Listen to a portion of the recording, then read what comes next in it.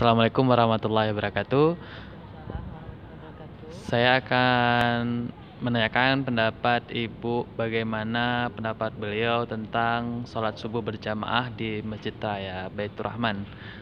Mohon maaf sebelumnya, dengan Ibu siapa, Ibu? Saya dengan Ibu Eva Harun. Dengan Ibu Eva Harun. Ibu Eva Harun, bagaimana menurut pendapat Ibu tentang antar jemput ke Masjid Raya Baitur Rahman dalam rangka sholat subuh secara berjamaah? Alhamdulillah sangat baik. Walaupun beberapa jemaah ada yang terlambat menyusul masih di respon, dilayani dengan sangat baik. Apakah sebelumnya kalau Ibu menginap di hotel-hotel yang lain ada layanan seperti seperti pelayanan di Kriyat Murai Hotel? Belum saya temukan. Baru kebetulan ke Aceh dan baru inilah ada pelayanan ke masjid Untuk dengan sholat subuh untuk ya? sholat subuh ya. Dan itu gratis ya, Bu ya? Iya. Iya. Baik.